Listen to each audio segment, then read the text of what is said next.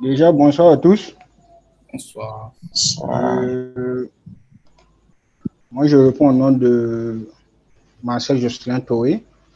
Je suis data scientist de formation, plus précisément à l'École supérieure d'informatique. Également, je suis le lead de la communauté CITEC, CITEC Community. Ici, c'est une communauté en fait de partage et d'entraide autour du développement et tous les sujets connexes qui tournent autour du développement, de l'ingénierie logicielle en fait.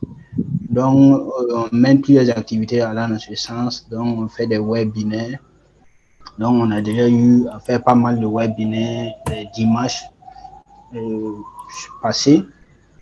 Également, dans le processus, également, on entreprend de vouloir mettre en place des formations, tout, pour que les gens qui sont dans la communauté puissent en bénéficier. Donc, pour ceux qui ne sont pas dans le groupe et qui veulent y intégrer, si je veux demander à Sylvain de mettre le lien dans le chat pour que ceux qui veulent intégrer la communauté puissent intégrer, pour qu'on puisse grandir ensemble et partager nos connaissances. Donc, sans tarder, je vais passer rapidement à la présentation d'aujourd'hui. Aujourd'hui, nous allons parler un peu des métiers de la data. Par métier de la data, on attend quoi exactement? Il faut dire que cette présentation va s'articuler autour des points suivants. D'abord, je vais parler un peu de l'importance de la data, de son utilisation. Ensuite, on va essayer d'énumérer quelques métiers autour de la data. On va essayer de voir quelle est l'ouverture des données, plus précisément au Burkina Faso. Quelles sont, on va dire ici, les actions qui sont menées au Burkina autour de la donnée.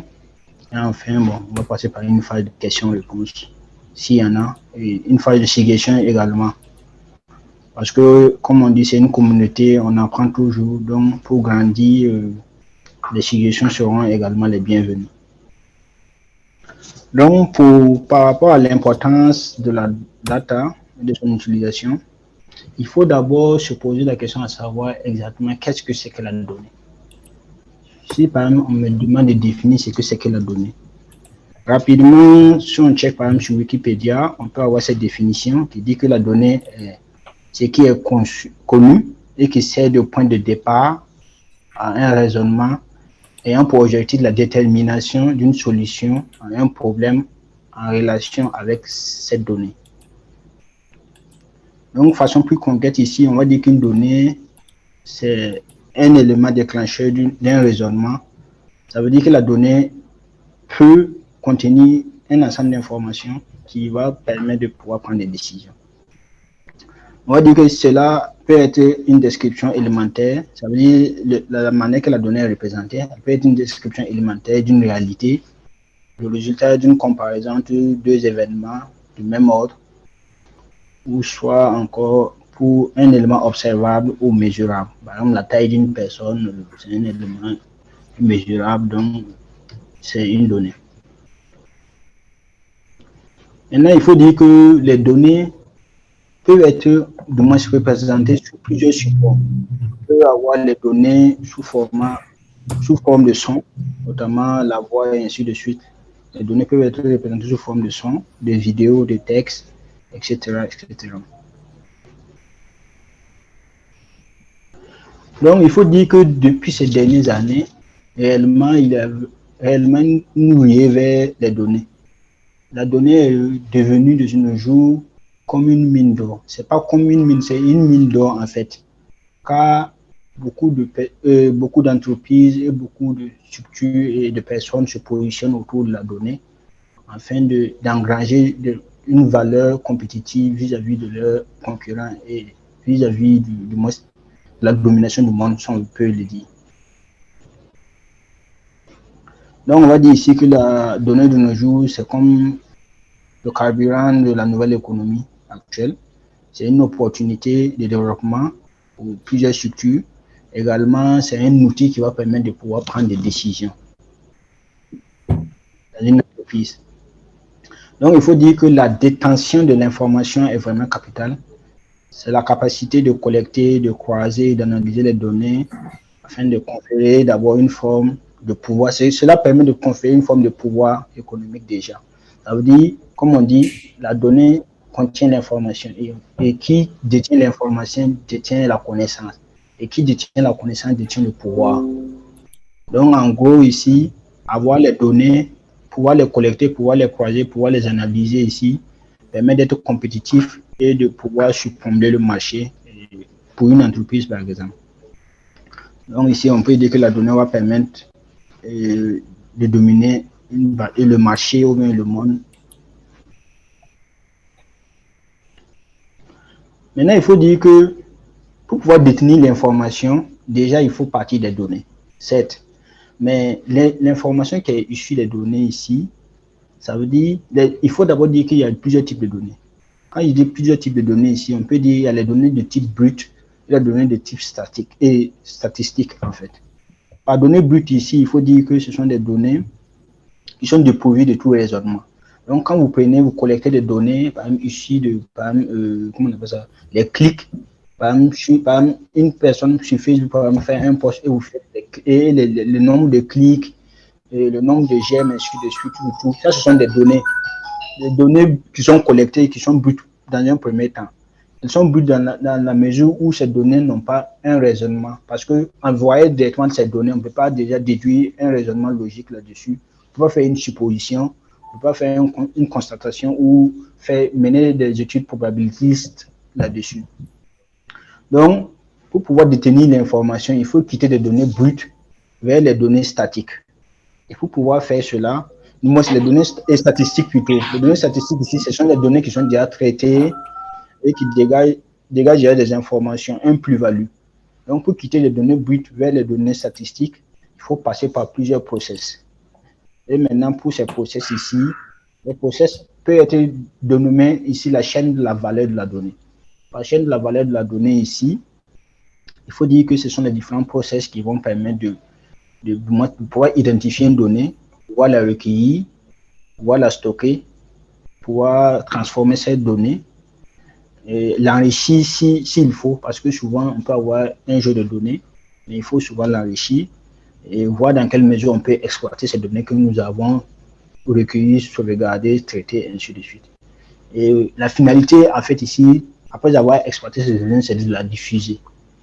Soit dans une entreprise, vous la diffusez à vos différents collaborateurs pour qu'ils utilisent l'information contenue dans la donnée, soit dans le cas des données de type open data ou vous diffusez au grand public. Donc ici, c'est la chaîne de valeur ici de la donnée. Donc en gros, c'est cette partie, on peut dire, déjà, il faut d'abord savoir ce que c'est que la donnée, quels sont les types de données, quels sont les supports de données, où on peut trouver la donnée. La donnée est disponible partout, hein. Ça veut dire les clics sur les réseaux sociaux, les outils de type IoT qui peuvent collecter la température, l'humidité, la pollution, ainsi de suite. Et comment on appelle ça, les sites comme YouTube ou les commentaires, tout ça, ce sont des données qui sont disponibles et que les réseaux sociaux produisent. Du moins, ce que nous produisons en fait sur les réseaux sociaux et que, du moins, qu'il faut analyser afin d'obtenir l'information. Donc, concrètement, si vous voyez cette chaîne de valeur, si vous voyez bien, par exemple, cette chaîne de valeur, en allant de l'identification jusqu'à la diffusion de données, rapidement, ces différents process vont demander plusieurs types de compétences, plusieurs types de métiers. Parce qu'une personne qui sait comment identifier une donnée ne saura pas forcément comment la stocker. Une personne qui sait comment stocker une donnée ne saura pas forcément comment l'exploiter. Et naturellement, pour cela, vous allez voir que les métiers vont se positionner en fonction de cette chaîne de valeur, en fait. Donc, comme métier autour de la data, en fait, il faut déjà dire ici qu'il y a il y a vraiment une pléthore de métiers en fonction de l'entreprise, en fonction du besoin. Et donc, j'ai pris ici quelques métiers, on va dire ici, qui sont les plus en vogue ces temps-ci. Donc, c'est ces métiers que je veux parcourir avec vous. Déjà, il faut dire que, en fait, suivant la chaîne de valeur, les données et du moins les métiers peuvent être catégorisés en trois grandes familles, à savoir ici les métiers qui vont se charger de la collecte et du stockage des données. Notamment, on peut citer par exemple les data engineers, les chefs data officers, les data miners, ainsi de suite. On va voir plus en détail. Également, il y a ceux qui vont se charger, puisque une fois qu'on collecte et on stocke les données, il faut passer par une phase de traitement et de l'analyse de ces données. Donc, le data analyst ou le data scientist va s'occuper de cela. Et maintenant, bien sûr, soit on stocke, et on collecte, on stocke, on finit de faire l'analyse, il faut que les données, notamment les données qui sont type sensibles, aient une forme de protection et de sécurité. Donc, il y a des métiers également qui vont évoluer dans ce sens pour la sécurisation et la protection de ces données. Donc, en gros, ce sont les trois grands axes des métiers, et des métiers sont autour de la data. Et vous allez voir que la plupart des nouvelles tendances et autres vont se positionner sur un des axes ou sur on va dire, la juxtaposition de deux ou trois axes, de ces axes en fait. Donc, sans tarder, nous allons passer, on va dérouler quelques-uns des métiers. Donc, déjà, il y a le data engineer. Le data engineer ici, lui, vraiment, son rôle, c'est de récolter et de préparer des données afin de permettre aux autres spécialistes de les traiter et de l'analyser. Donc, lui, son rôle, c'est un rôle en amont qui va permettre de collecter et de récolter et de traiter les données pour que les data analystes et les data scientists puissent puiser et exploiter ces données. Donc, lui, il conçoit, il va administrer les systèmes de collecte de données. Il va s'occuper de tout ce qui est organisation une fois que les collectes ont été faites. Enfin, donc, il va également épauler du moins les data scientists pour pouvoir garantir un accès facile et rapide à toutes les données collectées. Également, il va occuper un rôle opérationnel dans la mesure où la mise en production des modèles développés. C'est-à-dire que quoi, le data engineer ici, lui, une fois que les données sont utilisées, traitées, et une valeur a été obtenue de cette donnée, par exemple par le data scientist, il faut que ces données puissent, l'utilisation de ces éléments puisse être mise en production. Donc, c'est le data engineer qui va également s'occuper de la mise en production, par exemple, des modèles développés par le data scientist. Donc, du coup, il y aura, par exemple, besoin d'avoir des connaissances en tout ce qui tourne autour du DevOps et autres pour pouvoir faire cela. Donc, compétences qu'il a besoin réellement, c'est des outils, maîtriser les outils de stockage de données, notamment les bases de données, différents types de bases de données, SQL et non SQL. Également, maîtriser les langages de programmation, tels que Python. Également, il faut qu'il y ait une connaissance assez soutenue en statistique et en machine learning pour pouvoir comprendre un peu ce que fait, par exemple, le data scientist ou le data analyst. Donc, pour pouvoir faire une formation, du moins pour pouvoir être data scientist, si vous ne l'êtes pas, vous pouvez soit suivre une formation dans les écoles d'informatique ou écoles d'ingénieurs, ou bien faire une spécialisation en data science, en big data ou en intelligence artificielle. Donc, c'est les deux possibilités. Soit vous êtes issu d'une école en informatique et vous optez pour cette option, que vous pouvez suivre un cursus, ou bien, bon, vous êtes déjà dans le domaine, dans un domaine connexe et vous voulez peut-être migrer. Donc, il faut d'abord faire, si vous êtes dans un domaine et vous voulez migrer, vous voulez faire une conversion, il faut déjà vous spécialiser dans les domaines tels que la data science, les big data, l'intelligence artificielle. Et si vous avez ces acquis, vous pouvez maintenant suivre une formation allant dans ce sens. Je passe au métier de data analyst. Comme je disais tantôt, le data ingénieur ici va collecter et stocker les informations pour que les data analystes, comme je disais, les data analystes et les data scientists puissent les utiliser. Mais concrètement, qu'est-ce que le data analyst, lui, son rôle, c'est de faire quoi? Bon, en fait, c'est trivial, l'analyste. Donc, son rôle, c'est d'analyser les données. Donc, son rôle, c'est vraiment d'analyser de gros volumes de données. C'est rendre de gros volumes de données intelligibles pour le manager. Donc, concrètement, c'est quoi? C'est exploiter et analyser les données recueillies par l'entreprise Donc, on va dire ici, le data analyst, pour lui, c'est savoir réellement faire parler les données afin de permettre à l'équipe métier de pouvoir prendre des décisions. Faire parler les données, c'est quoi? Supposons que les données sont collectées et stockées. Lui, à son niveau, il doit pouvoir, par exemple, du moins, représenter ces données. Faire parler ces données, ça veut dire c'est du data storytelling. Ça veut dire faire parler les données pour que, par exemple, les décideurs, par exemple, ceux du commercial, puissent dire, ah, ok, par exemple, la courbe, les données, ça veut dire les données ont été croissantes ou décroissantes, quelle stratégie doit être prise pour pouvoir booster le marché et être compétitif. Donc, lui, son rôle, c'est vraiment analyser ces données et du moins représenter ces données sous forme graphique déjà pour qu'on comprenne comment les données sont et également les aider et du moins aider la partie métier à prendre des décisions. Donc, principalement, c'est ce que lui fait. Et donc, pour ce faire, il doit utiliser des outils tels que Python ou SQL. Bon, pour ceux qui ne savent pas, Python, c'est un langage de programmation qui est assez polyvalent, qui offre plein de bibliothèques. Et SQL ici, c'est un des langages qui est utilisé pour la manipulation de gros volumes de données, notamment des données de type relationnel. Mais vu que le data analyst, comment on appelle ça, peut avoir des données du moins les données, comment on appelle ça, le data engineer peut stocker les données sous format, on va dire ici, NoSQL aussi, il doit avoir des compétences également allant dans ce sens. Et pour finir, on va dire que comme compétence, il doit pouvoir maîtriser la data visualization. La data visualization, excusez, ici c'est la partie où il doit pouvoir représenter les données sous forme graphique, afin que ceux qui comprennent et voient le graphique et du moins puissent que ça leur parle en fait. Parce qu'on peut représenter des données sous forme graphique, mais réellement, ce n'est pas compréhensible. Donc, lui, il doit pouvoir représenter les données sous forme graphique pour qu'une personne qui voit les données et le graphique puisse comprendre effectivement comment lire ces données, et ainsi de suite. Donc, principalement, c'est ce que son rôle. Maintenant, pour pouvoir avoir, du moins pour pouvoir être data analyst, vous pouvez soit suivre une formation dans les écoles informatiques, soit opter pour une reconversion.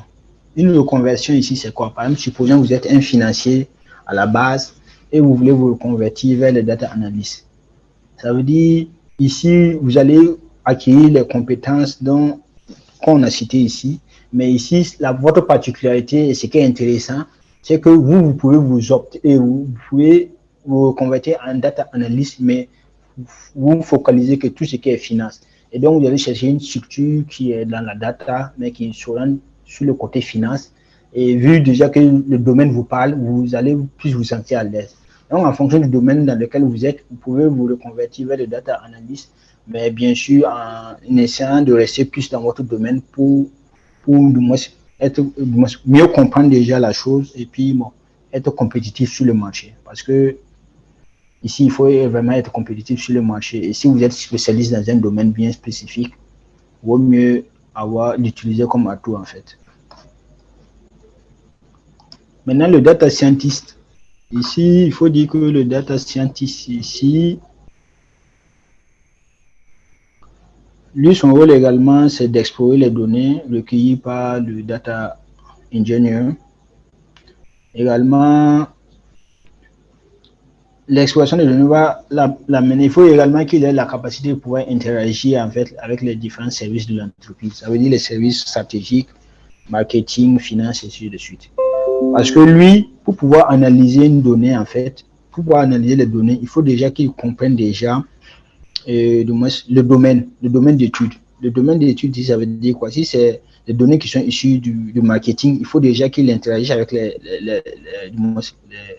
membres du marketing pour mieux comprendre comment les données sont représentées, ainsi de suite, avant de pouvoir faire ces analyses et de pouvoir élaborer ces modèles statistiques d'analyse et des modèles de prédiction. Donc, lui, son rôle, c'est essentiellement ça. Établir des modèles statistiques d'analyse et des modèles de prédiction. Un modèle de prédiction, c'est un modèle qui permet de prédire, on va dire ici, l'avenir à court, long, moyen et long terme. Vous avez des données actuelles. À partir de ces données, qu'est-ce que vous pouvez prévoir sur ce qui va arriver, par exemple, sur le marché. Donc, c'est le rôle du data scientist, en fait. Donc, lui, il va devoir avoir des compétences telles que sur les outils de programmation, notamment le langage Python, également le langage R qui est utilisé aussi. Bon, il faut également qu'il sache manipuler les bases de données, avoir également quelques notions en cloud computing, maîtrise, bon, également la data vise, ainsi de suite. En fait, ce qu'il faut comprendre ici, c'est que le data scientist ici, c'est comme, j'aime prendre l'analogie avec un médecin généraliste. Le data scientist, de façon générale, c'est comme, on va dire ici, lui, son rôle ici, il doit maîtriser plusieurs concepts à la fin. Comme le généraliste, il doit maîtriser plusieurs concepts. Il doit maîtriser, par exemple, la data visualization, le cloud computing, ainsi de suite. Parce qu'il y a pour une entreprise qui n'est pas assez du moins grande et qui n'a pas une équipe data assez puissante, lui, il sera obligé de faire plusieurs choses à la fois. Mais pour des équipes assez conséquentes, du moins, vous allez voir que rapidement, on va l'orienter vers des domaines bien spécifiques. Par exemple, on va lui dire, par exemple, de se focaliser comme, comment on appelle ça, ML Engineer, qu'on va voir plus tard. Ou bien, on va lui dire de se focaliser comme, on va dire, Computer Vision Engineer, où il va s'occuper de tout ce qui est détection d'images, segmentation d'images et connaissance faciale, ainsi de suite. Ou bien, on va lui dire de se convertir, de se focaliser plus sur le NLP Engineer, où il va s'occuper de tout ce qui est traitement du langage, ça veut dire pouvoir, comment on appelle, par exemple, les outils de Google Translation, les translations, pouvoir faire des résumés, les correcteurs orthographiques, ainsi de suite. Donc, en fonction de la spécificité, il pourra se focaliser. Non, il pourra quitter du général vers une spécialisation d'un des aspects qu'il doit maîtriser, en fait. Donc, comme je disais, pour pouvoir faire une formation allant dans ce sens, comme data scientist, il faut également soit suivre une formation, en informatique et à l'issue de cela, il faut également avoir une spécialisation dans un domaine bien connexe. Par exemple, comme cloud computing, big data, ainsi de suite.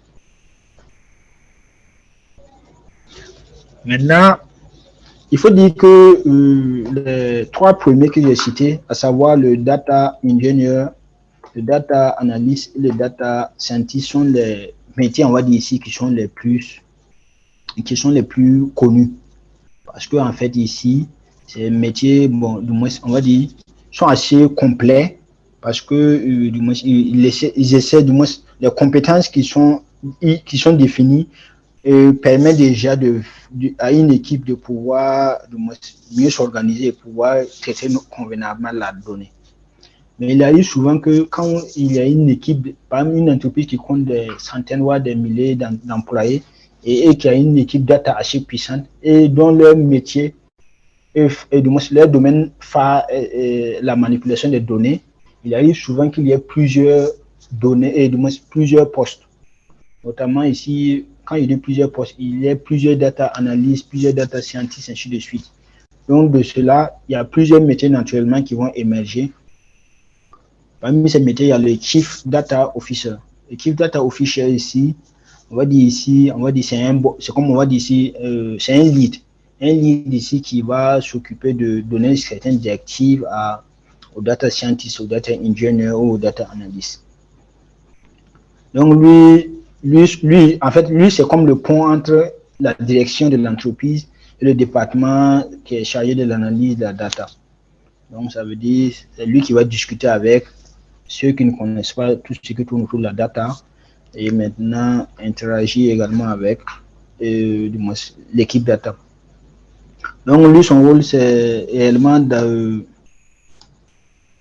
faire, diriger tout ce qui est opération, analyse, et également optimiser la gestion des données, le contrôle de la qualité du travail effectué par les data analysts et les data scientists. Donc, principalement, c'est ce que lui fait. Donc, lui, il faut qu'il connaisse également, il ait des compétences dans le domaine du secteur économique de l'entreprise. Il maîtrise également des outils d'analyse tels que, on va dire, Power BI ou bien le langage SQL et Python pour pouvoir représenter la donnée sous forme graphique, ainsi de suite. Également, il faut qu'il y ait les bases, les principes en mathématiques, parce que vu qu'il interagit avec des ingénieurs et autres, à la base même, un data chief officer, en fait, c'est un qui a occupé un de ces postes, soit data scientist ou data analyst, et soit il est monté en expérience et en truc, on lui a offert ce poste. Et également, il y a des formations qui sont axées dans ce domaine, mais également, c'est des formations où il faut allier management et analyse de données, et également avoir des principes de base de tout ce qui est mathématique. Également, il faut également qu'il fasse preuve de leadership parce que c'est une équipe qu'il dirige, et donc il faut de la diplomatie. Ensuite, nous allons passer rapidement au data miner. Le data miner ici, lui, son rôle réellement, c'est d'explorer les données qui sont à la disposition de l'entreprise pour trouver celles qui sont utiles pour l'entreprise. Réellement, lui, son rôle est vraiment capital et crucial parce que s'il n'est pas là dans une équipe, ça veut dire une fois que les données sont collectées et stockées, il faut que pour le data analyst ou le data scientist, lui, il va du moins traiter tous les données plutôt. Maintenant, le data miner, lui, ici, il va aller fouiller les données par données, fouiller pour essayer de comprendre et déceler les données qui sont réellement utiles. Et s'il a décelé ces données utiles, ça permet aux autres de pouvoir faciliter leur travail parce que déjà, c'est pas le volume de données se voit réduit. Également, ils savent exactement où ils doivent aller, du moins, ils doivent focaliser leur analyse. Donc, le data miner, lui, son rôle est exactement, c'est de disponibiliser et du moins de trouver les données utiles de l'entreprise. Également, il doit avoir des compétences, du moins de tout ce qui est maîtrise tout ce qui est outils du stockage de données, également avoir des connaissances en statistique, naturellement. Parce que supposons que du moins, on prend une donnée qui représente ici, on va dire ici les salaires.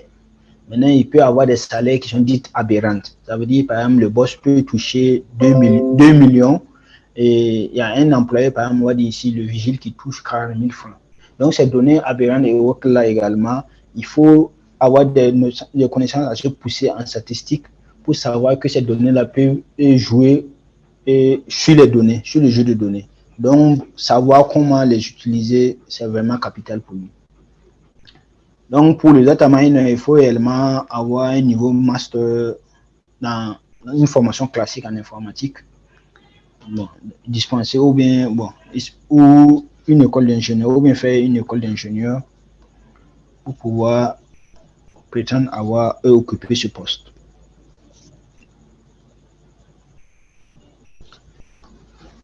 Également, qui dit du moins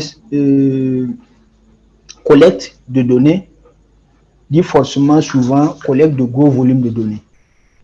Supposons que par exemple sur les réseaux sociaux tels que Facebook, où par exemple les clics sont collectés, par exemple les clics, les likes et tout ça sont collectés, c'est de gros volumes de données. Ça veut dire les différents commentaires, ainsi de suite. Donc, il faut réellement, la notion de big data va entrer ici. La notion de big data ici, pour ceux qui ne connaissent pas, c'est du moins, c'est tout ce qui tourne autour des gros volumes de données. Ça veut dire, à savoir, du moins, ça veut dire c'est le pouvoir collecter des données en suivant certains principes tels que la volumétrie des données, et également, comment on appelle ça, la vitesse de collecte des données, et également, le troisième, c'est quoi? La vélocité, je pense.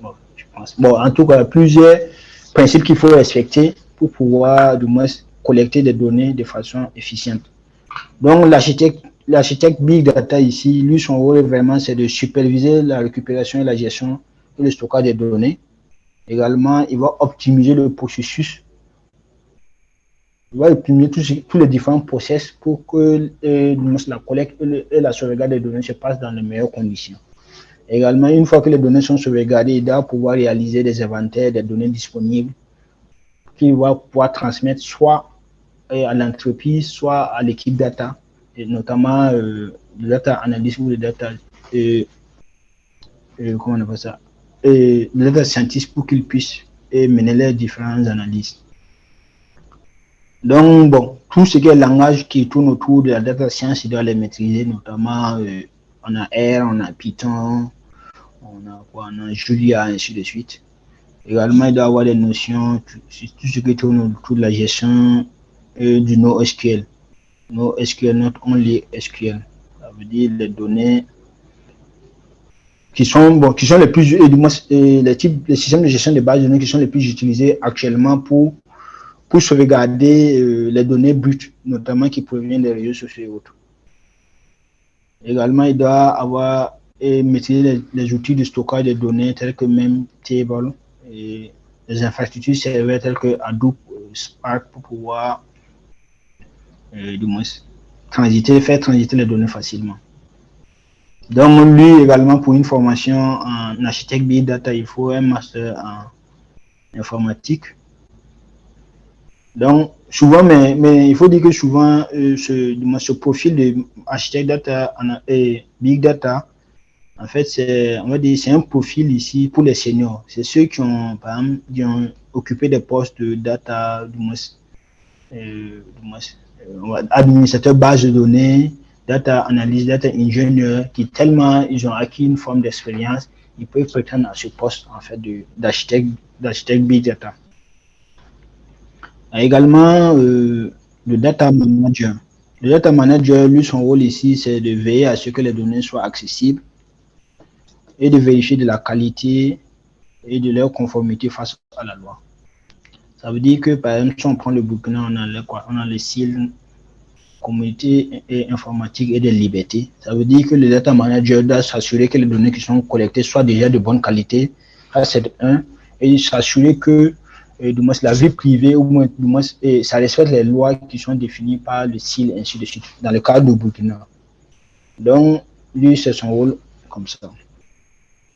Donc, il doit maîtriser tous les langages de programmation, Python, SQL, les systèmes de gestion de base de données, et avoir une bonne connaissance du secteur d'activité de l'entreprise. Parce que s'il ne sait pas exactement quel est le secteur d'activité de l'entreprise, il va collecter des données ou bien prendre des données qui ne sont pas vraiment qualitatives vis-à-vis de l'entreprise. Également, pour pouvoir faire une formation dans ce sens, il faut avoir fait une formation soit en statistique, soit en informatique. Et maintenant, ceux qui sont data analystes ou bien data ingénieurs avec quelques années d'expérience peuvent occuper ce poste également. Ok, également rapidement, il y a le machine learning engineer. Lui, comme je le disais tantôt, en fait, ici, c'est une spécification du data scientist en fait. Ça veut dire le data scientist met en place ici des modèles prédictifs. Mais maintenant, une fois que ces modèles prédictifs sont mis en place, il faut pouvoir les rendre accessibles, les mettre en production. Et donc, le machine learning engineer ici va s'occuper de tout ce qui est mis en production sur le cloud, par exemple, et l'industrialisation de ces produits IA. Donc, il va vérifier la qualité des données, également la conformité des lois. Donc, lui, il doit avoir des notions qui tournent autour, des compétences autour du cloud computing, du DevOps, les mathématiques, les statistiques. Également, il y a une notion qui entre et quand on parle récemment de nos deux jours, on parle de MLOps. MLOps ici qui est, on va dire ici, le lien entre machine learning et DevOps. Donc, ça veut dire il doit réellement avoir ces compétences de MLOps pour pouvoir mettre facilement en production les modèles prédictifs que les data scientists ont mis en place. Donc, souvent, ce qui est demandé pour un ingénieur ML, souvent, soit un master ou un doctorat en informatique, ou appliquer un peu aux mathématiques. Parce que réellement, la mise en production de ces trucs, c'est pas forcément évident. Ou bien, pour une personne qui dispose déjà de compétences en informatique, en data science, peut suivre une formation spécifique. Par exemple, il y a des formations comme telles que, on va dire ici, Blend et autres qui dispensent des formations allant dans ce sens. Donc, ils peuvent aller dans ce sens s'ils ont déjà des compétences en data science, ils peuvent rapidement migrer vers le ML ingénieur. Maintenant, ici, les métiers que je m'en vais citer ici vont toucher à tout ce qui est protection des données. protection des données ici, parce qu'une fois qu'on collecte, on stocke les données, qu'on les analyse, il faut pouvoir les protéger, soit les données qui sont dites sensibles, il faut pouvoir les protéger. Donc, il y a le Data Protection Officer. Lui, son rôle, c'est de s'assurer que les données réellement de l'entreprise, surtout les données sensibles, sont à l'abri de toute intrusion malveillante. Donc, il va mettre tout ce qui est lié à la conformité, l'intégrité, du moins, des données, tout, pour s'assurer que ces données ne sont pas, du moins, corrompues, ne sont pas, du moins, il n'y a pas d'intrusion malveillante ou bien d'accès à ces données quand on n'a pas les accréditations nécessaires. Donc, également, il va s'assurer que ces données respectent les règles en vigueur qui sont fixées par on va dire ici, la loi du pays ou bien de l'État. Donc, il doit allier aux compétences en informatique. Quand il dit informatique, c'est pour ne pas citer la longue liste qu'il doit avoir, des compétences en informatique, des compétences en cybersécurité et également des compétences en juridique, parce qu'il doit connaître tout ce qui tourne autour des droits et des réglementations fixées par le gouvernement. Donc, lui, il doit, par exemple, suivre un cursus en data et compléter par des bases en droit. Et pour finir, il y a le Data Steward. Data Steward, également, lui, c'est également un des domaines les plus recherchés. Lui, son rôle, vraiment, c'est la maniabilité et la qualité de la donnée. Donc, lui, il doit s'assurer impérativement que les données sont triées, organisées et sont issues des sources fiables. Parce que les données sont collectées sur plusieurs sources. Il faut s'assurer déjà que ces sources sont fiables et savoir comment trier les données en respectant ce qu'on appelle, comment on appelle ça? On appelle ça un standard de données. Le standard de données, c'est un ensemble d'organismes qui se réunissent pour définir un standard. Et donc, il doit s'assurer que tous ces éléments sont mis en place sur tout. Également, il doit pouvoir mettre en place des systèmes de détection et de contrôle des données. Ça veut dire qu'une fois qu'il doit pouvoir mettre en place un système pour que quand d'autres données sont en train de venir, automatiquement, il détecte est-ce que ces données sont erronées, ces données sont manquantes, ainsi de suite, et quel process doit être appliqué à ces données manquantes, erronées, ainsi de suite. C'est le steward qui s'occupe. Donc, il doit, on va dire, s'assurer que tout fonctionne avant l'utilisation de ces données.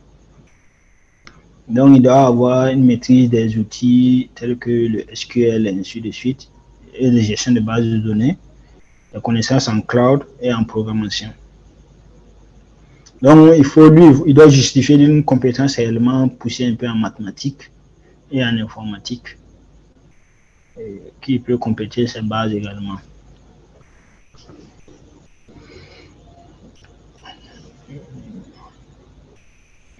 Maintenant, sans tarder, nous allons passer à la partie ouverture des données, où nous allons mettre l'accent sur le Burkina Faso. C'est vrai, on a deux personnes qui essaient d'accéder au truc. C'est vrai? Oui, je les admets. Ok, super. Ok, donc l'ouverture des données, ouverture des données ici, bon, il veut dire ici, quelles sont les tendances en fait de l'utilisation de ces données et quelles sont, est-ce que les métiers que je viens de citer ou autres, est-ce qu'ils sont, au Burkina Faso, est-ce que la tendance, est-ce que ce sont des métiers, on va dire ici, qui sont prisés actuellement ou pas, ainsi de suite. Donc, il faut dire qu'ici au Burkina Faso, comme on va dire comme en Afrique ici, de façon générale en Afrique, on est réellement à un stade où, concernant les données, beaucoup sont toujours réticents. Bien qu'il y ait quand même des infrastructures qui sont en train de se mettre en place pour pouvoir sensibiliser les gens et pour pouvoir collecter les données, parce qu'on n'était pas avant dans un processus de collecte des données. Et également, il faut dire que réellement, dans le processus de partage des données, en Afrique, on n'est pas trop en avant parce que bon, chacun est réticent à divulguer certains types d'informations. Ils n'ont pas forcément tort, Il faut dire que ce sont des domaines qui sont en train de prendre, mais on va dire ici qui ne sont pas encore, on va dire ici, populaires comme en Europe plutôt. Mais néanmoins, il faut dire qu'au Burkina Faso, quand même, il y a quelques acteurs qui essaient tant bien que mal de faire ça. Déjà, il y a le projet mis en place par le gouvernement du nom de Open Data Burkina, qui met à la disposition du grand public un jeu de données. Un jeu de données, c'est, on va dire, c'est des ensembles de données qui sont téléchargeables sur le site Open Data Burkina, où bon, c'est des données où vous pouvez les exploiter comme vous voulez.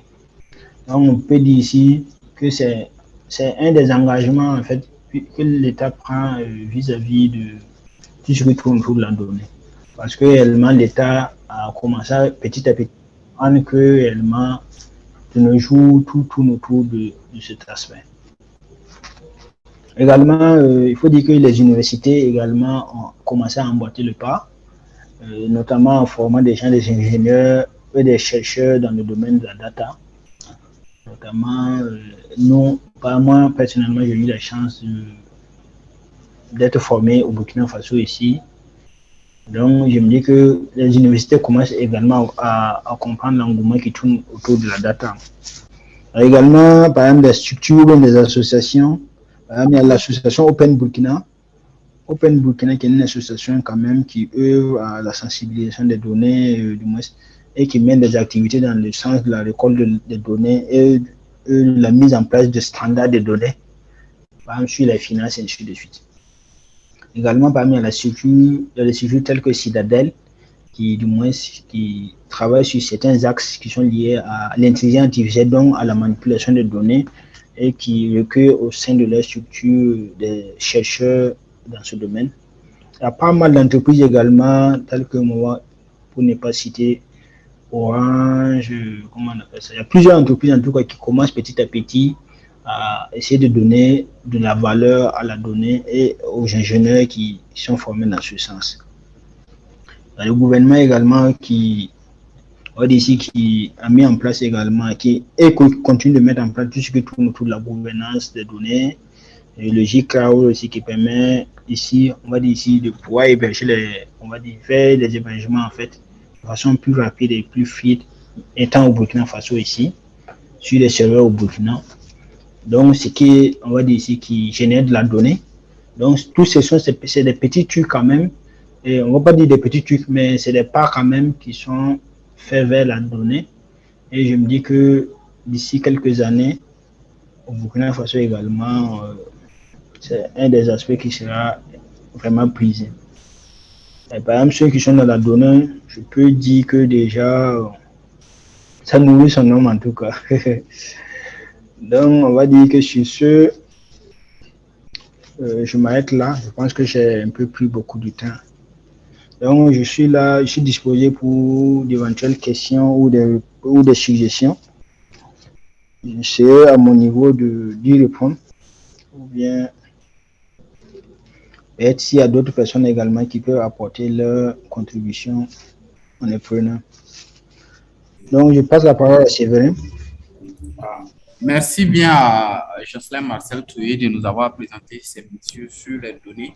Vraiment pour cette brillante présentation, cher Henri, sur les data. On attend des gens pour les questions. Si vous avez des questions, n'hésitez pas à les poser. Des apports aussi, n'hésitez pas à nous partager vos apports aussi. Donc, on écoute. Si vous avez des questions, posez-les. Et des apports aussi. Nous les attendons. Pour moi, de mon côté, OK, il y a M. Sanou Inissa. Oui, on vous écoute. On commence par celui qui a levé la main premièrement. Sanou Inoussa. Bon, Inoussa avait levé sa main. Inoussa, tu as la parole? Oh, s'il a un problème avec son micro, peut-être il peut écrire dans le chat. Oui, il y a ça aussi. Si vous avez un souci avec un micro, en attendant, on laisse la parole à Yubari Thomas Dakin pour sa question ou son apport. Thomas, tu as la parole. D'accord, ok, merci bien, monsieur. En fait, moi, j'ai juste une petite question. J'aimerais connaître les besoins actuels au Burkina Faso des métiers du data, en particulier celui de data scientist. Est-ce que le Burkina Faso actuellement a vraiment besoin de ces métiers? Est-ce que ces métiers, comment ils s'appellent là, beaucoup prisés? Est-ce qu'on peut penser s'orienter là-dessus et puis réussir quoi? Ok. Je réponds directement, c'est vrai. Je ne sais pas où bien. Oui, tu peux aller directement, tu réponds directement à la question. Ok. Oui, comme je le disais tantôt, il faut dire que ici, les politiques sont en train d'être mises en place également, et être mis en place pour également vulgariser du moins et, et, et tout ce qui tourne autour de la donnée. Mais il faut dire que déjà, il y a quand même des structures qui, du moins, qui ont compris l'intérêt et qui embauchent déjà dans le domaine de la data. Par exemple, comme structure qui embauche dans le domaine de la data, il y en a plein. Par exemple, je peux citer Orange, je peux citer, comment on appelle ça, Yulcom, je peux citer, comment on appelle ça.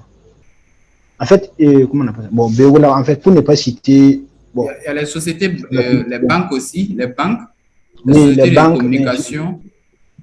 oui. Donc, il y a plusieurs sociétés qui embauchent. Par exemple, récemment, il y a Open Burkina même qui embauchait un data, un spécialiste en traitement des données. Donc, ici, il faut dire que euh, c'est vraiment pas, pour le moment, la vulgarisation de la data, de la donnée n'est pas aussi vraiment élevée comme en Europe. Mais il faut dire déjà qu'il y a des acteurs au Burkina Faso qui comprennent déjà l'enjeu et qui commencent déjà à recruter dans ce domaine-là. Donc, moi, personnellement, bon, il y a eu plusieurs offres, par exemple sur LinkedIn et autres, qu'on voit autour de la data. Également, il faut dire que quoi, ceux qui vont se former dans ce domaine ici, on va dire ici, sont les pionniers, on va dire les précurseurs. Donc, du coup, faut pas être limité. Il y a des travaux en remote où vous pouvez essayer de chauffer au Burkina Faso et travailler à distance. Moi, personnellement, de par mon expérience, avant même que je finisse mon master, je travaillais déjà en remote avec une entreprise qui était à Chypre. Donc, je me dis qu'il ne faut pas vous limiter. Donc, vous pouvez déjà, même si au Burkina Faso, euh, il n'y a pas une entreprise, un grand engouement pour le moment, je me dis que quand même, vous pouvez viser les entreprises qui sont ici, quoi, la Côte d'Ivoire, ainsi de suite, et même hors du continent. Mais déjà au Burkina Faso, quand même, il y a assez de trucs. La demande même est supérieure à l'offre. Parce qu'on demande, mais souvent on ne trouve pas. Ils sont obligés souvent de on va dire, c'est quoi, de revoir le profil demandé et demander un peu, par exemple, des licences en statistique où souvent ils les font monter en compétences au métier de data analyst ou data engineer. Donc souvent, donc si vous vous formez, moi on peut dire, je fais partie de la première promotion ici de mon université. Et bon, déjà nous quand même on arrive à attirer notre épingle du jeu. Donc je me dis que ceux qui vont suivre après également pourront le faire. Donc il suffit seulement d'être compétitif et de moi et je me dis que ça va le faire. Je ne sais pas si j'ai répondu à la question. Oui, oui, je suis satisfait. Merci bien, monsieur. Super. Donc, ben, il y a d'autres questions? Sanou Inoussa, tu avais levé la main.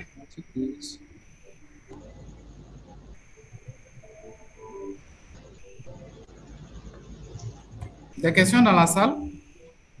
Bon, il n'y a pas de questions. D'abord, moi, je vais aller vers ma question que j'avais voulu poser. Jocelyn, Oui, tu avais oui, parlé de la CIL oui. qui réglemente les données collectées au niveau national. Je veux dire, ces données-là, cette réglementation, ça s'applique uniquement aux sociétés à l'intérieur du pays ou bien y compris les sociétés à l'extérieur du pays. Par exemple, on va prendre le cas de Facebook par ça.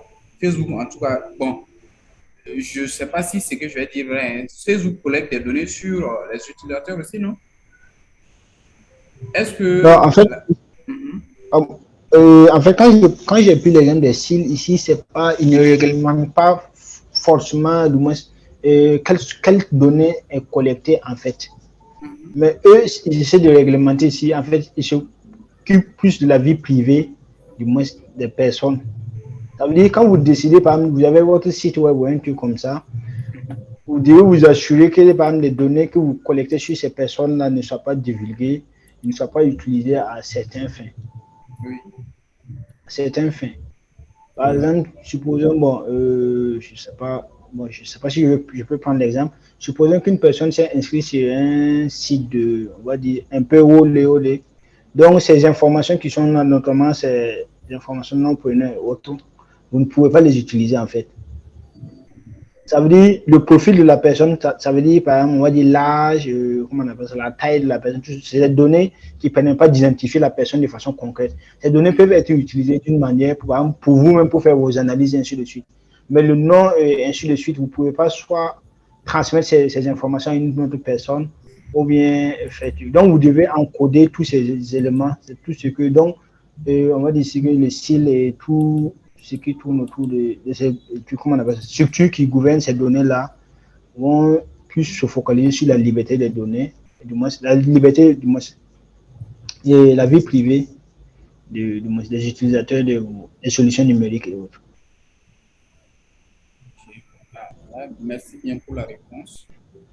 Donc, si tu pars sur un site, n'importe quel site, ils peuvent, d'une manière, grâce aux cookies et autres, ils peuvent collecter vos données et bon, ils vous donnent même des trucs pour vous dire que vous acceptez de collecter les données, oui ou non. Donc, vous n'avez souvent pas le choix. Donc, ils collectent vos données. Jusque eux sont tenus à ce que ces données ne fitent pas, surtout si ce sont des sites un peu trucs. On va dire un peu il faut qu'ils sachent que ces données ne fuitent pas, parce que si ces données fuitent, vous pouvez les transmettre et traduire à la justice et autres. Donc, c'est ces aspects-là également. Okay.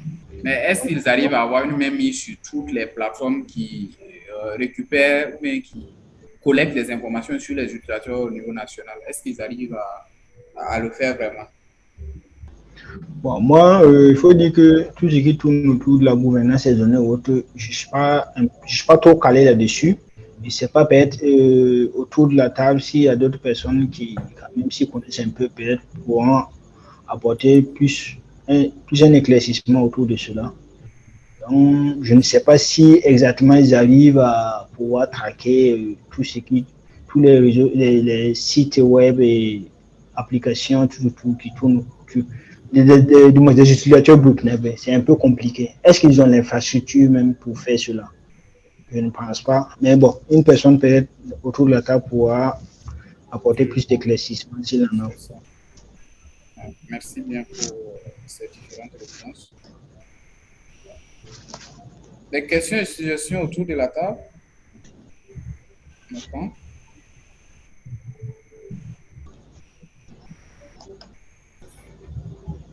Ben, s'il n'y a pas de questions, je dirais merci bien à tous ceux qui ont participé à ce énième webinaire qui était principalement axé sur les data. Jocelyn nous a partagé des informations sur les données. Et moi, particulièrement, je sors bien enrichi de ce webinaire.